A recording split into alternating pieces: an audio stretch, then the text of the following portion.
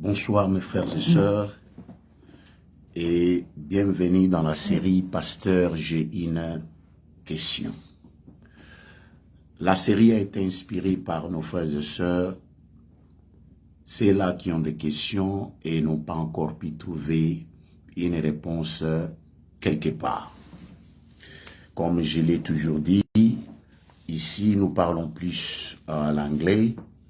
Alors si mon français ne semble pas du tout correct, s'il vous plaît, veuillez me supporter.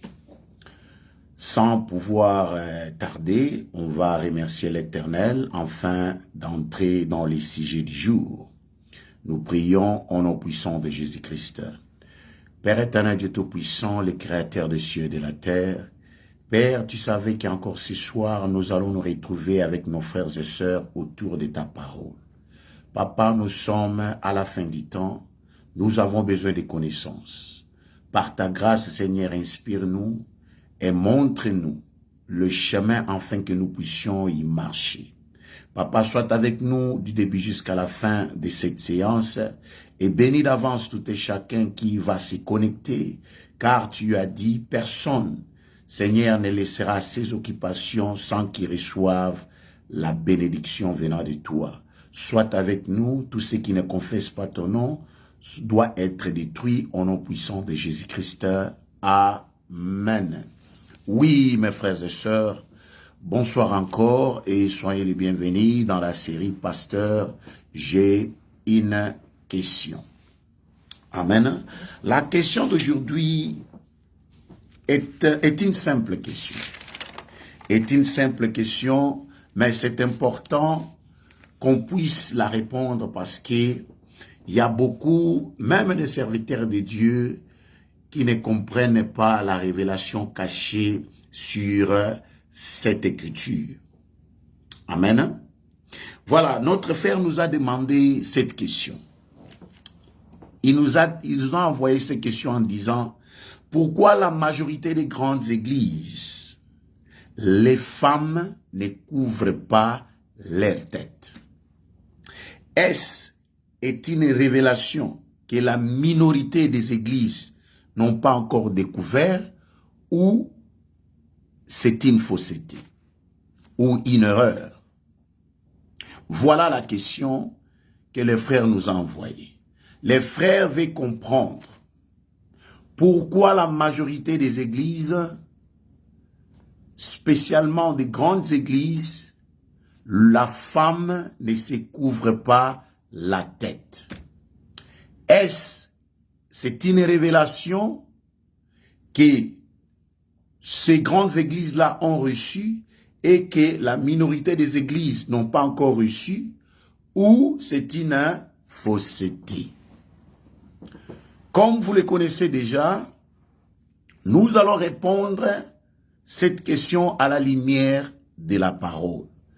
Parce qu'il n'y a pas une question ici sur terre que la Bible ne peut pas répondre. Amen. Et je vais commencer avec une écriture. Amen. Une écriture dans le livre de Luc. Luc 6. Veuillez lire avec moi les versets 46.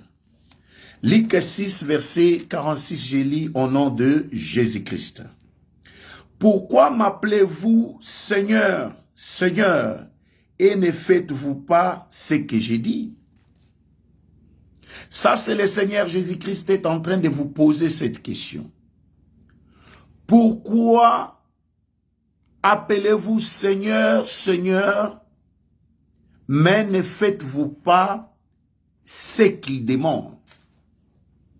Merci pour ceux-là qui viennent nous rejoindre maintenant. Soyez les bienvenus dans la série Pasteur, j'ai une question. Et la question d'aujourd'hui, notre frère voulait savoir pourquoi la majorité des grandes églises, la femme ne couvre pas sa tête. Est-ce une révélation ou c'est une fausseté? Amen. Ça, c'est la question qu'on va répondre par la grâce de Dieu aujourd'hui. Et nous avons ouvert notre premier livre, le livre de Luc 6.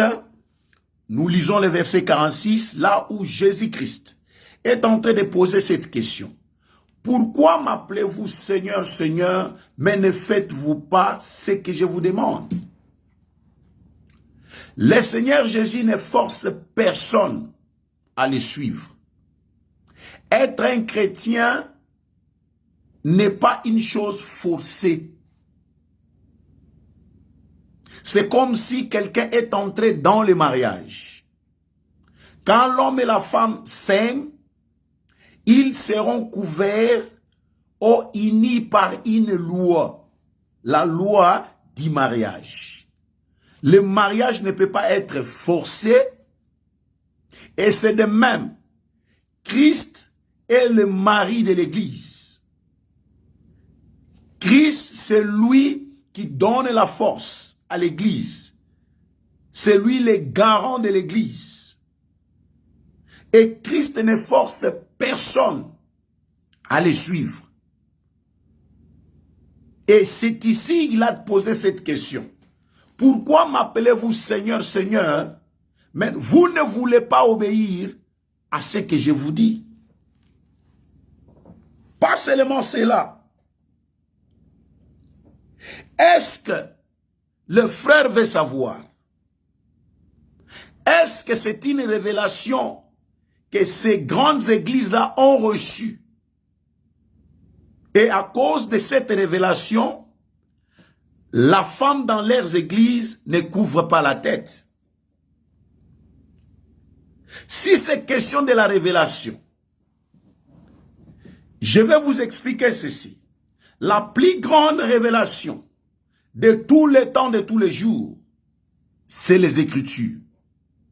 Parce que les Écritures ou la Bible est la seule chose qu'aujourd'hui, Satan n'obéit pas. Et la seule chose que les faux pasteurs, les faux docteurs, les faux prophètes ne peuvent pas se conformer. Alors s'il y a une chose qu'on doit se conformer, qu'on doit suivre à la lettre et qu'on doit tout le temps lire et méditer, c'est la parole de Dieu. Ouvrons le livre de Jérémie. Dans le livre de Jérémie, Dieu est en train de dire quelque chose sur la révélation. Jérémie 23, dans le livre de Jérémie 23, lisons à partir du verset 21. Jérémie 23, verset 21. La Bible me dit ceci. Je n'ai point envoyé ces prophètes et ils ont couru. Je ne leur ai point parlé et ils ont prophétisé. La question qu'on doit se poser sur ces questions ici, que le frère nous a demandé, est-ce que peut-être ce n'est pas question de la révélation? Alors que si un prophète est envoyé de Dieu, Dieu va donner la raison et la preuve pour prouver que ce prophète-là, la révélation qu'il a reçue et ce qu'il est en train de dire ou faire, c'est moi qui lui ai envoyé. Écoutez ceci, Dieu est en train de dire, dans la bouche du prophète Jérémie, il dit, je leur ai point envoyé ces prophètes et ils ont couru. Je ne leur ai point parlé, ils ont prophétisé. Comment saurons-nous que l'Éternel ne les a pas envoyés, ces prophètes-là, cet homme de Dieu-là? Comment saurons-nous que ce qu'il est en train de dire ne vient pas de Dieu? Verset 22. S'il avait assisté à mon conseil, il aurait dû faire entendre mes paroles à mon peuple. Ah! Si cet homme de Dieu est un envoyé de Dieu, parce qu'aujourd'hui les gens s'envoient d'eux-mêmes, parce qu'il n'est pas assez intelligent, il n'a pas réussi dans le mathématique, il ne pouvait pas terminer ses études, il va fuir et aller étudier la théologie. Nous vous connaissons. Amen. Dieu dit que si cet homme de Dieu-là était dans mon conseil, était là où je préparais mes histoires, était là où je donnais mes directives, voilà ce serviteur ce qu'il aura à faire. Il aura dû faire entendre mes paroles à mon peuple. Un serviteur de Dieu ne part pas avec sa parole, ne part pas avec ses pensées, ne part pas avec ses songes, mais il part avec la parole de Dieu. Pas seulement, il aura dû faire entendre mes paroles à mon peuple, mais qu'est-ce que la parole de Dieu va faire dans la vie de ce peuple-là? Amen. Qu'est-ce que la parole de Dieu? Que l'homme de Dieu va parler de la part de l'Éternel? Quel sera le fruit de cette parole-là dans la vie des hommes qui vont l'écouter? Et les faire revenir de leur mauvaise voie et de la méchanceté de leur action. Voilà le plus grand but de la parole de Dieu. C'est de faire revenir les gens de leur mauvaise voie. C'est de faire cesser aux gens la méchanceté. Voilà le plus grand but de la parole de Dieu. Amen. Et pas seulement cela. Dieu est en train de parler. Ne suis-je pas un Dieu? Ne suis-je un Dieu qui est de près, dit l'Éternel? Ne suis-je pas aussi un Dieu de loin? Quelqu'un se tiendra-t-il dans un lieu caché? Dans un lieu caché, sans que je le voie, dit l'Éternel? Ne remplirai-je pas, moi, les cieux et la terre, dit l'Éternel? Enfants de Dieu, ça c'est le temps de réveil. Le temps est mauvais. Concentrez-vous à la parole de Dieu. Ce n'est que la connaissance de la parole de Dieu qui va vous faire savoir, est-ce que cet homme qui parle, la parole sortant dans sa bouche, ces paroles, est-ce que ça vient de Dieu ou pas? Et Dieu dit, il n'y a pas un endroit que quelqu'un peut se cacher. Amen. Il n'y a pas un endroit que quelqu'un peut se cacher. J'ai entendu ce que disent les prophètes qui prophétisent à mon nom le mensonge, disant, j'ai eu un songe, j'ai eu un songe. Jusqu'à quand ces prophètes veulent-ils prophétiser les mensonges, prophétiser la tromperie de leur cœur? Le temps est mauvais, les enfants de Dieu. Le temps est très mauvais. On doit se réveiller du sommeil. On doit commencer à questionner les pasteurs. On doit commencer à questionner les enseignements. On doit poser des questions. Il ne faut pas seulement accepter tout ce que l'on vous dit. Non. Dieu dit, je ne l'ai pas envoyé. Si je l'avais envoyé, il aurait parlé de moi. Il aurait fait entendre mes paroles chez mes enfants. Et ma parole, l'objectif de ma parole, c'est de détourner le peuple dans le mauvais voie, de leur cesser la méchanceté de leur vie ou de leur cœur. Verset 27. Ils pensent faire oublier mon nom à mon peuple par les songes que chacun d'eux raconte à son prochain. Les songes n'est pas mauvais, mais l'Église ne peut pas marcher sur le songe. L'Église doit marcher sur la parole de Dieu. Les songes proviennent de diverses sources. Et Dieu a dit jusqu'à quand ce prophète-là continuera à raconter des songes, ces songes à mes enfants. Comme leurs pères ont oublié mon nom pour Baal, que le prophète qui a eu un songe raconte les songes et que celui qui a entendu ma parole rapporte fidèlement ma parole. Il ne faut pas confondre. Il ne faut pas confondre.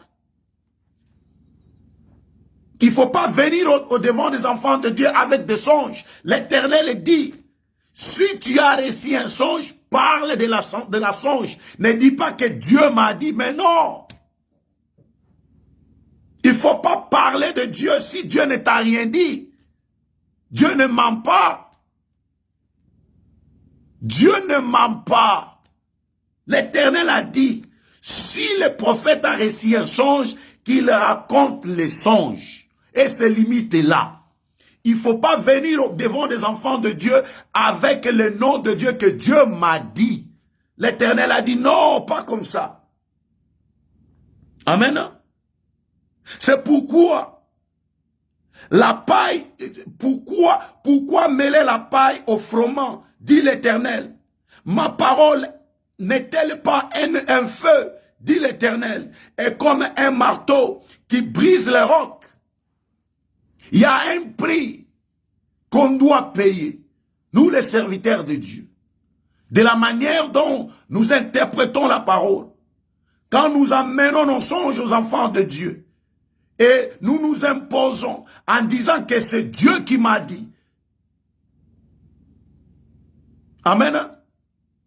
Il y aura un jugement sévère pour les hommes de Dieu. Notre frère a voulu savoir, est-ce que c'est une révélation que ces grandes églises-là, dans leurs églises, la femme ne porte pas, ne couvre pas sa tête? Est-ce que c'est une révélation? Amen. Est-ce que c'est une révélation? Ésaïe 29. Ésaïe 29, lisons le verset 11. Ésaïe 29, verset 11. Toute la révélation est pour vous, comme le mot d'un livre cacheté, qu'elle donne à un homme qui sait lire en disant, lis donc cela, et qui répond, je ne le puis, car il est cacheté. Ou comme un livre qu'elle donne à un homme qui ne sait pas lire, en disant, lis donc cela, et qui répond, je ne sais pas, lis. La parole de Dieu est une révélation. Mais cette révélation, tu as besoin de l'esprit de l'auteur, afin que tu puisses les décortiquer. La parole de Dieu est un proverbe qui nécessite l'explication. Et c'était la raison majeure que notre Seigneur Jésus-Christ était venu pour nous donner de l'explication. Maintenant, que dit la Bible? Amen. Que dit la Bible? Quand une femme entre dans l'église, ou une femme veut se connecter à Dieu, que dit la Bible? 1 Corinthiens 11, dans le livre de 1 Corinthiens 11, lisons à partir du verset 2. 1 Corinthiens 11, verset 2, la Bible nous dit ceci. Je vous loue, ça c'est l'apôtre Paul. Je vous loue de ce que vous vous souvenez de moi à tous égards, et de ce que vous retenez mes instructions telles que je vous les ai données. La parole de Dieu est une instruction et on ne doit pas la changer. On ne doit pas l'interpréter selon nos sentiments. Mais on doit la garder et la respecter telle que nous l'avons reçue. C'est l'apôtre Paul qui est en train de dire. On ne peut pas donner nos avis sur la parole de Dieu. La parole de Dieu s'interprète elle-même. Il n'y a pas des avis à faire, il n'y a pas de tâtonnement, ça interprète elle-même. Apôtre Paul, pour répondre à cette question, il a d'abord commencé à dire que la parole de Dieu, c'est une instruction. Et pas seulement une instruction, quand nous allons entrer dans le verset 3, pour répondre à la question, pourquoi la femme doit couvrir sa tête? Pourquoi dans la majorité de grandes églises, la femme ne couvre pas la tête? Et c'est une révélation nouvelle. Non, ce n'est pas une révélation. Amen. Apôtre Paul a commencé à dire que la parole de Dieu est une instruction, on doit la retenir de la manière nous l'avons reçue. Pas ajouter, pas enlever, pas corriger. Amen. Verset 3. Je veux cependant que vous sachiez que Christ est le chef de tout homme et que l'homme est le chef de la femme et que Dieu est le chef de Christ. Mon frère, ma soeur, la question de couvrir la tête, apôtre Paul a commencé d'abord à donner la hiérarchie. Ce qui veut dire, c'est question de l'autorité. Il a commencé à nous faire savoir quelle est la lignée de l'autorité. Il a dit d'abord, Christ est le chef de tout homme. Et l'homme est le chef de la femme. Et que Dieu est le chef de Christ. Et cette lignée d'autorité doit être respectée dans tout ce que nous faisons. Si chacun connaissait sa place, il y aura moins de problèmes. Et pas seulement sa place, connaissez aussi son rôle et sa responsabilité, il y aura peu de problèmes. Verset 4. Tout homme qui prie, amen, tout homme qui prie ou qui prophétise la tête couverte déshonore son chef. Parce que ici, c'est question de l'autorité. On doit respecter l'autorité établie par le Seigneur. Si l'homme, comme nous voyons ces derniers temps, dans d'autres églises, tu verras un frère avec un chapeau dans l'église. L'Éternel est en train de dire, dans la bouche de l'apôtre Paul, que cet homme-là n'a pas de l'obéissance. Il n'a pas d'humilité, il n'obéit pas à la hiérarchie autoritaire établie par l'Éternel. Amen. Verset 4, verset 5. Toutes les femmes, au contraire, qui prient ou qui prophétisent la tête non voilée, déshonorent son chef. C'est comme si elle était rasée. Ici, c'est question de l'autorité. C'est question de la lignée de l'autorité établie par l'Éternel. Si la femme est en train de prier, si la femme veut se connecter à Dieu et qu'elle ne couvre pas sa tête, la Bible le dit, elle est en train de déshonorer son chef. Elle est en train de déshonorer l'homme. Amen. Amen. Elle est en train de déshonorer l'homme.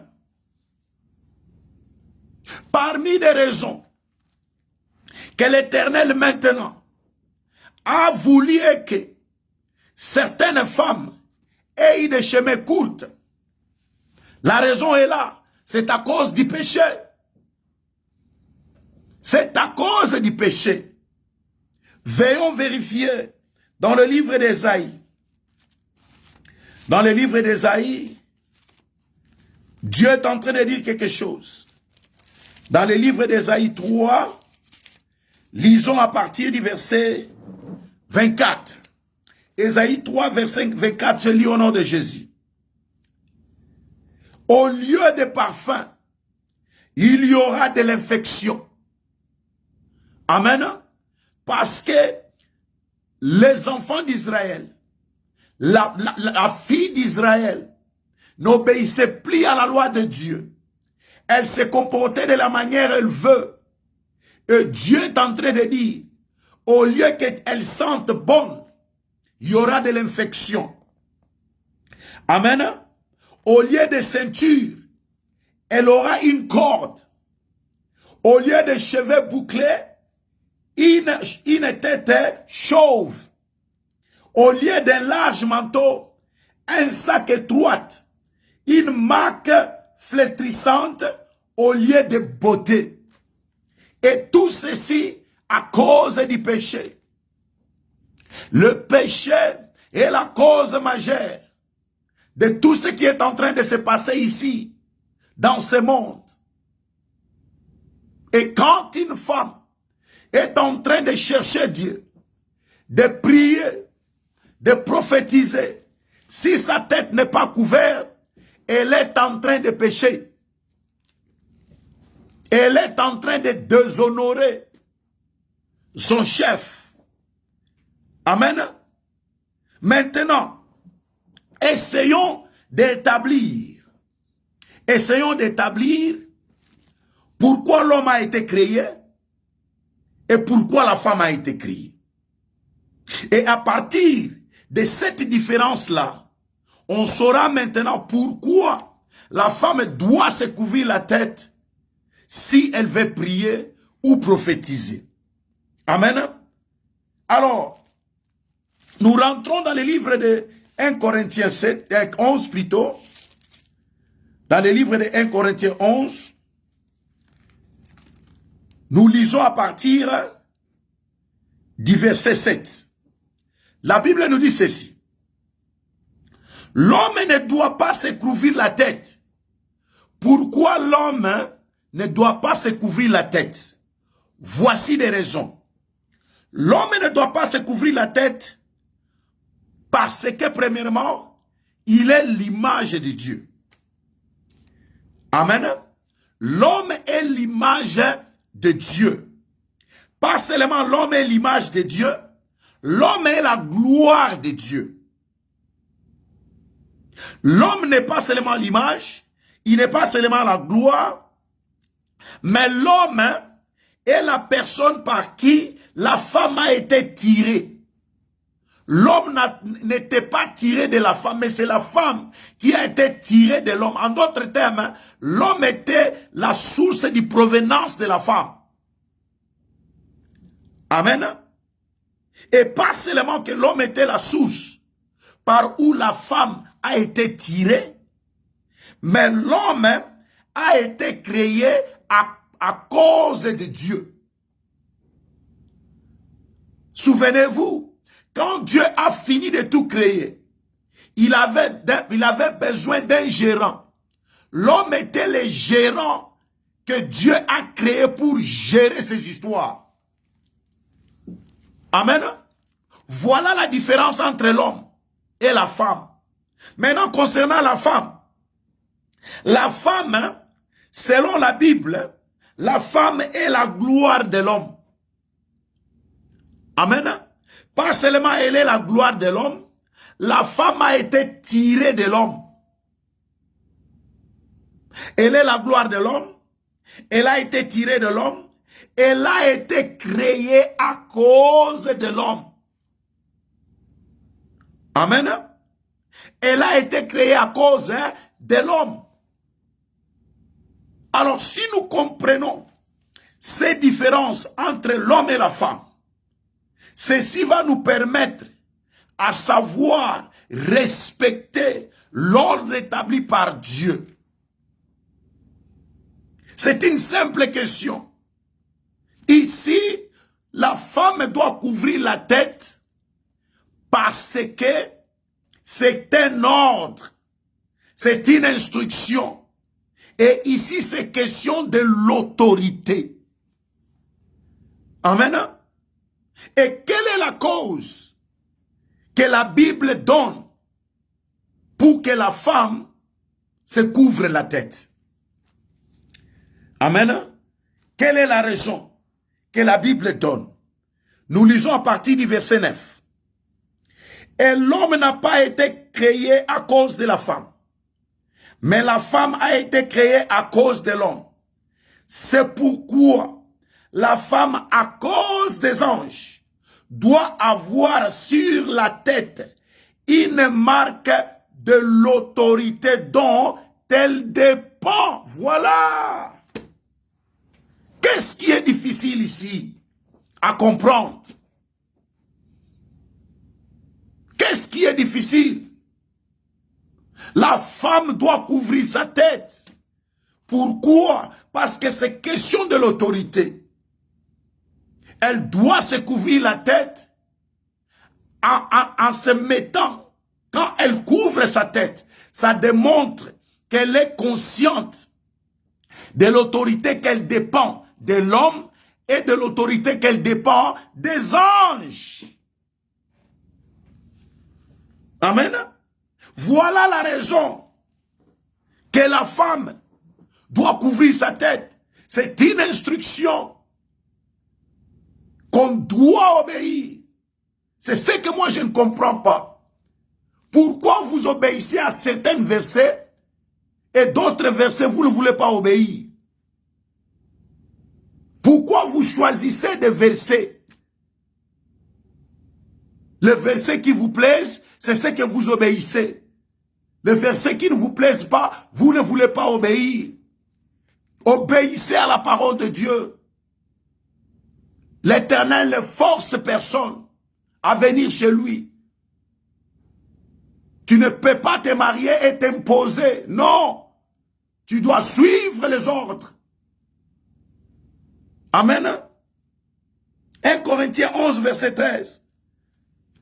L'apôtre Paul est en train de demander, jugez-en vous-même, est-il convenable qu'une femme prie Dieu sans être voilée? Est-ce que c'est convenable? Serviteur de Dieu, est-ce que c'est convenable? Pasteur, docteur, apôtre, prophète, apôtre Paul est en train de demander la question ici. Jugez-en vous-même, est-ce que c'est convenable qu'une femme prie Dieu sans être voilée? Amen. Comment des choses élémentaires comme ça, vous ne pouvez pas les défendre? Mais vous êtes les docteurs dans la parole de Dieu. Amen. Et c'est grave aujourd'hui dans les églises de Dieu. Amen. Les femmes se comportent comme elles veulent. Elles viennent à l'église pour montrer leurs cheveux. Pour montrer qu'elles ont de l'argent. Ça, ce n'est pas l'église de Dieu. Et le monde aujourd'hui est dans la confusion. Aujourd'hui, il y a la confusion dans l'église. Même les hommes, tu vas les voir avec des locks, des longs cheveux dans l'église. Je me demande où est le visionnaire, où est l'homme de Dieu pour enseigner des élémentaires comme ça. Oui, la Bible nous demande, Dieu nous demande de venir de la manière où nous sommes, mais nous ne pouvons pas rester comme nous étions venus. Amen. Quelle est cette femme qui entre en mariage avec le mauvais comportement et ces comportements-là demeurent comme ça? Quelle est cette femme? Alors que la femme, c'est l'église. Amen. C'est terrible ce qui est en train de se passer dans l'église de Dieu aujourd'hui. La femme doit se couvrir la tête. C'est une instruction. La femme doit se couvrir la tête parce que c'est question d'autorité. Elle doit se couvrir. Quand elle se couvre la tête, elle démontre la marque de l'autorité qu'elle dépend. Parce qu'elle a été créée pour l'homme. La femme n'était pas créée pour Dieu. Elle est la gloire de l'homme, pas la gloire de Dieu. Elle doit obéir à l'instruction de la Bible. Elle doit obéir parce que c'est la parole de Dieu. Et Dieu ne force personne sur sa parole. Tu prends ou tu laisses. Amen. Qu'est-ce que la Bible a à dire là-dessus? Des comportements, de l'apparence de la femme aujourd'hui, de l'apparence de la femme dans l'église. Qu'est-ce que la Bible nous dit? 1 Pierre, dans le livre d'1 Pierre, 1 Pierre 3, disons à partir du verset 3. Ayez non cette parure extérieure. Ne venez pas à l'église pour vous montrer vos parures extérieures. Pour montrer comment belle vous êtes. Comment est-ce que vous avez de longs cheveux? Non. Ayez non cette parure extérieure qui consiste dans les cheveux tressés. Pas dans l'église. Tu dois couvrir ta tête. Les ornements d'or ou les habits qu'on revêt, mais la parure intérieure est cachée dans le cœur. La pureté incorruptible d'un esprit doux et paisible qui est d'un grand prix devant Dieu. Nous venons à l'église, c'est pour nous humilier. Montrer à l'Éternel comment est-ce que nous sommes humbles. 1 Timothée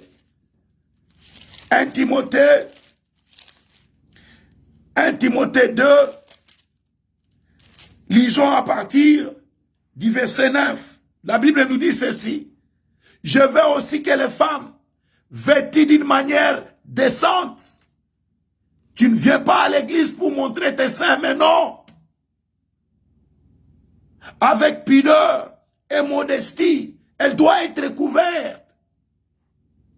Ne sépare ni de tresses, ni d'or, ni de perles, ni des habits somptueux, mais qu'elle sépare des bonnes œuvres, comme il convient à des femmes qui font profession de service de Dieu. Voilà ce que l'Église doit voir quand une femme entre dans l'Église. Une femme respectueuse qui couvre sa tête. Amen. Voilà. Voilà. La Bible dit, la question ici, la question, la femme doit couvrir sa tête, c'est pour démontrer la marque d'autorité qu'elle dépend. Maintenant, si dans votre église, la femme ne couvre pas sa tête, en d'autres termes, elle vous déshonore, elle ne vous considère pas, elle n'obéit pas à l'instruction de Dieu. Amen. Voilà maintenant, là où ce verset a amené quelques confusions aux gens qui ne sont pas encore intelligents.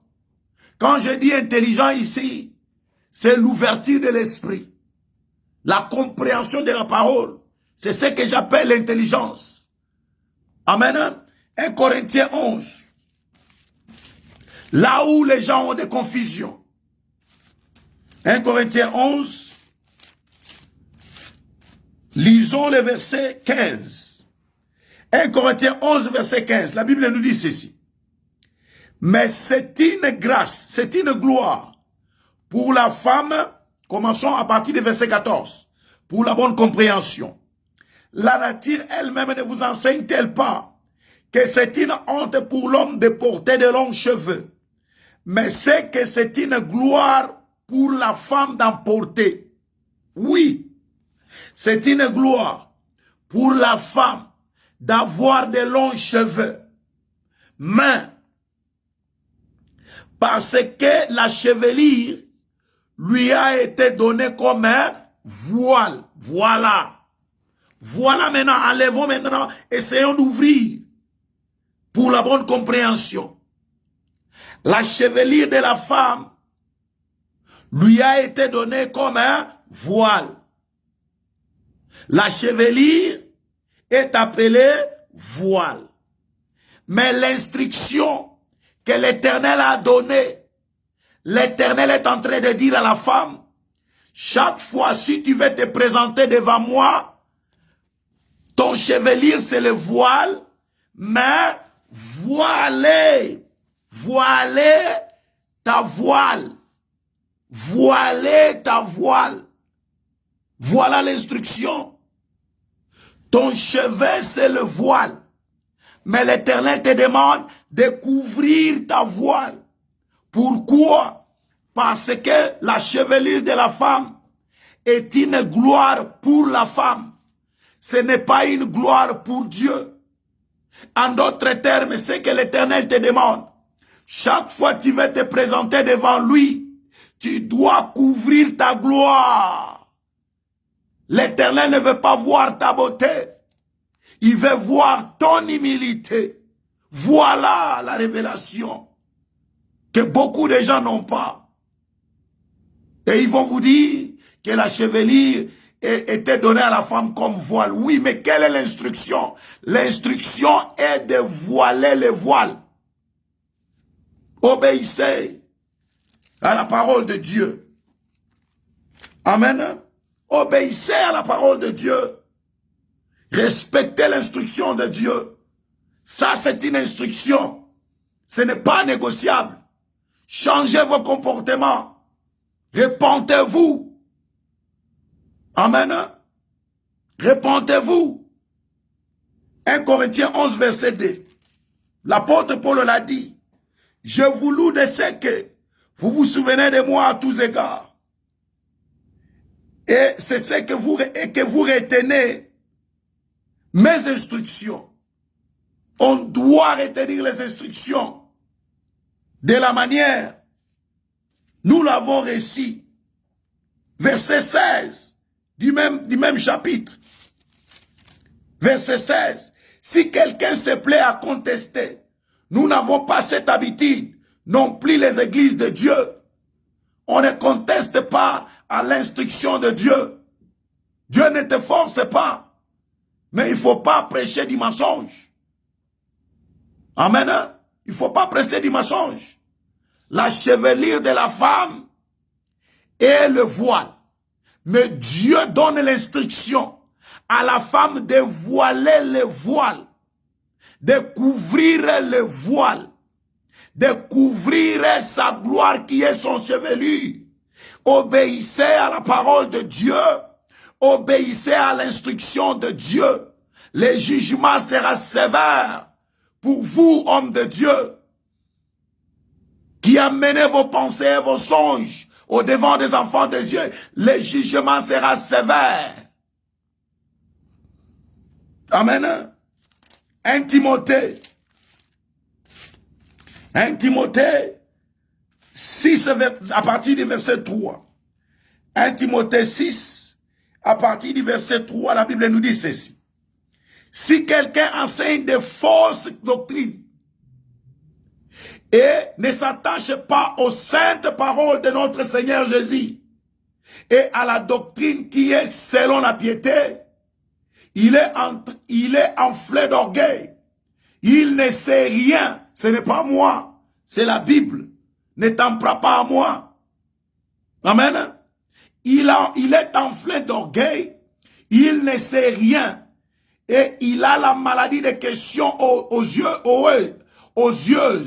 et de disputes de mots. D'où naissent l'envie, des querelles, les calomnies et les mauvais soupçons. Obéissez à la parole de Dieu. La femme doit se couvrir la tête, c'est une instruction. Amen. C'est une instruction. 1 Corinthiens 14, verset 40, la Bible nous dit ceci. 1 Corinthiens 14, verset 40. Mais que tout se fasse avec bienséance et avec ordre. Dans l'église de Dieu, tout doit se faire avec bienséance et ordre. Et l'ordre est établi quand le respect de l'instruction est suivi. Dans l'église, quand la femme veut prier, quand elle veut prophétiser, même dans ta maison, ma sœur, écoute la voix de Dieu. Même dans ta maison, si tu veux prier, couvre ta tête, voile les voiles, couvre ta chevelure, car ta chevelure, c'est ta gloire, ce n'est pas la gloire de Dieu. Et Dieu te demande, chaque fois que tu veux aller chez lui, tu dois couvrir ta gloire. Tu dois avoir la marque de l'autorité que tu dépends de l'homme et de l'ange. Voilà la réponse à la question de notre frère. Ces églises-là sont dans les faussetés. Ce n'est pas moi, c'est la Bible. Amen. C'est la Bible. La femme doit se couvrir la tête, c'est une instruction. Et c'est comme ça. Voilà, mes frères et sœurs, merci beaucoup. On a fini pour ce soir. C'est la série Pasteur, j'ai une question. Si vous avez des questions, envoyez. Et par la grâce de Dieu, nous allons vous répondre. On va clôturer avec la prière. Père éternel, Dieu Tout-Puissant, le Créateur des cieux et de la terre, bénis tout un chacun qui était connecté. Papa, donne de la compréhension à tes enfants. Ouvre-leur les oreilles de l'esprit, afin qu'ils comprennent ta parole. Papa, bénis tout un chacun. Ceux-là qui sont malades, guéris-les, Seigneur. Ceux-là qui ont des problèmes, donne des solutions. Quand nous allons nous revoir encore la semaine prochaine, les mardis à 20h, ici sur Facebook, nous n'allons pas, Papa, manquer te remercier. Nous t'avons ainsi prié au nom puissant de Jésus, au nom de Jésus-Christ. Amen. Mes frères et sœurs, que l'Éternel, le Dieu d'Abraham, d'Isaac et Jacob, vous bénisse tous.